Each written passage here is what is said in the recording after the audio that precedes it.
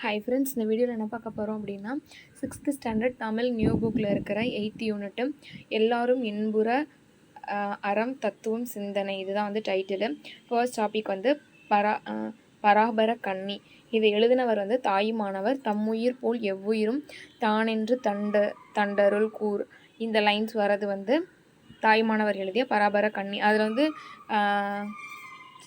என்ன சொல்லியிருப்பாருன்னா, அந்த பராபர கண்ணி பராபரமே அந்த மாதிரியெல்லாம் வந்து வரும். ஸோ அதை வச்சே நம்மளுக்கு வந்து தெரிஞ்சிடும். கண்ணி அப்படிங்கிறது வந்து 2 அடிகளில் பாடப்படும் பாடல் அப்படிங்கிறது தான். திருச்சியை ஆண்ட விஜய ரகுநாத சொக்கலிங்கரிடம் தலைமை கணக்கராக வந்து பணிபுரிஞ்சிருப்பார்.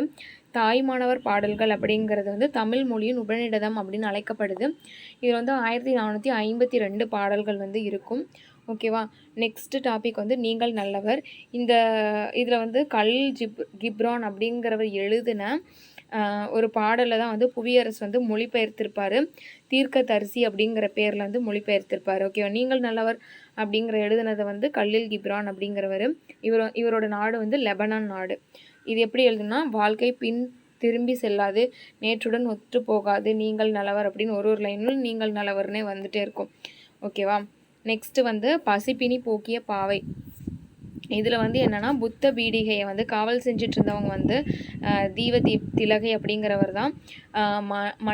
மணிபல்லவ தீவுக்கு வந்து மணிமேகலை வந்து வருவாங்க. அங்கே போனதுக்கப்புறமா வந்து கோமுகி, அது வந்து பொய்கை ஆறு, அந்த ஆற்றில் வந்து வைகாசி முழு நிலவு நாளில் வந்து அந்த அந்த அந்த அட்சய பாத்திரம் இருக்கு இல்லையா, அது வந்து வெளியே வரும். ஒரு இந்த வைகாசி முழு நிலவு நாளில் அந்த பாத்திரத்தை எடுத்து ஆதிரை, அதாவது கற்பில் சிறந்த பெண்ணிட்ட வந்து ஃபஸ்ட்டு வந்து அதில் வந்து பிச்சை வாங்கணும். அந்த மாதிரி வாங்கினா அதுக்கப்புறம் அதில் போடுற ஒரு சாப்பாடும் வந்து பெருகிட்டே வந்து போகும் அப்படின்னு வந்து சொல்லுவாங்க.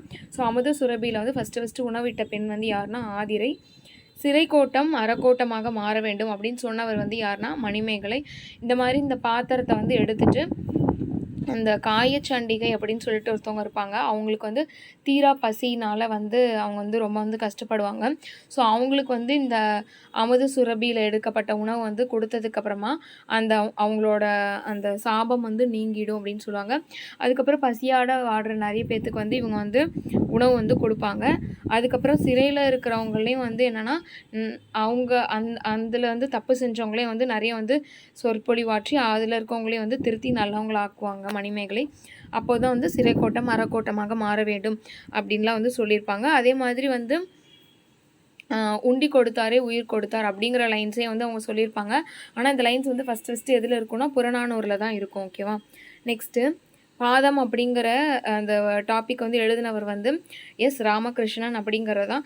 தாவரங்களின் உரையாடல் அப்படிங்கிற நூலில் இருந்து எடுக்கப்பட்டது தான் வந்து பாதம் அப்படிங்கிற டாப்பிக்கு.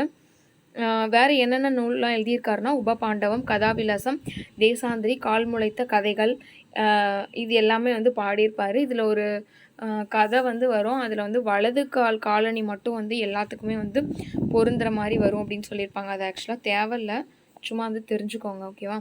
நெக்ஸ்ட்டு இலக்கணம், பெயர் சொல். நம்ம வந்து சொல் வந்து 4 வகைப்படும் பார்த்துருப்போம். அதில் வந்து பெயர் சொல் மட்டும் வந்து 6 வகைப்படும். பொருட்பெயர், இடப்பெயர், காலப்பெயர், சினைப்பெயர், பண்பு பெயர், தொழில் பெயர். ஓகேவா. அது இல்லாமல் வந்து பெயர் வந்து இடுகுறி பெயர், பொது பெயர், காரண சிறப்பு பெயர், காரண பொது பெயர், அந்த மாதிரி வந்து நிறைய வந்து இருக்கும்.